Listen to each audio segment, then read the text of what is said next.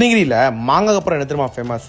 இந்த dragon fruit தாங்க. வேப்பனப்பள்ளி சைட்லாம் பார்த்தீங்கன்னா நிறைய பேர் இதை விளைச்சல் போட்டிருப்பாங்க.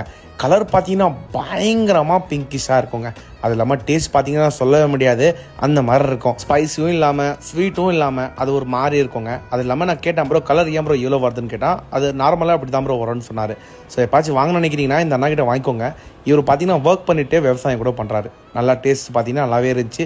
ஒன்று சைஸ் பார்த்தீங்கன்னா 700 to 800 கிராம் வரும்.